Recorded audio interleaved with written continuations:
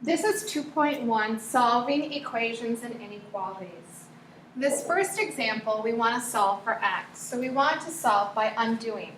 So right now we have negative 5 times x, and we want to undo the negative 5. So to undo the negative 5, we are going to divide both sides by negative 5.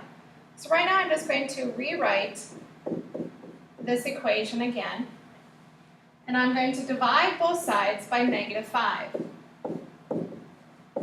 And what happens is that this negative 5 and negative 5 cancel out.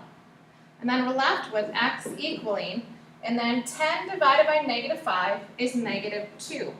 You can check your solutions by substituting them back into the original equation. This next example, we want to solve for x. So the first thing we want to undo is the minus 5. So we're going to add 5 to both sides. And what happens is the negative 5 and the plus 5 will cancel out. And then we have 20 on the right because 15 plus 5 is 20. Then we'll just bring down that 2x. Now the next thing is to divide both sides by 2 to undo the 2 times x. So the 2's will cancel out on the left, and we're left with x equaling, and then 20 divided by 2 is 10.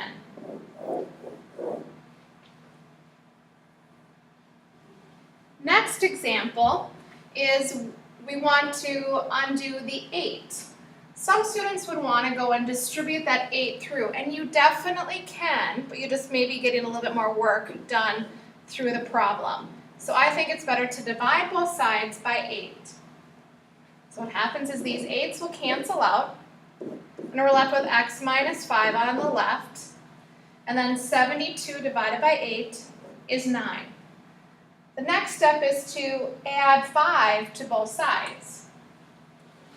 So add 5, and what you get is the negative 5 and the plus 5 will cancel, left with x equaling, and then 9 plus 5 is 14.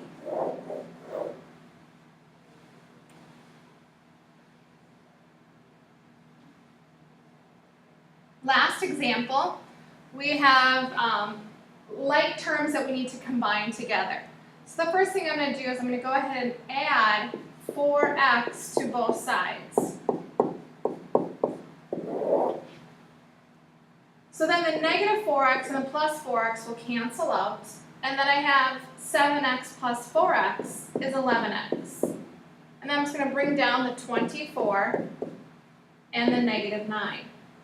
Now I want to subtract 24 from both sides to get the constants together. So we subtract 24 from both sides.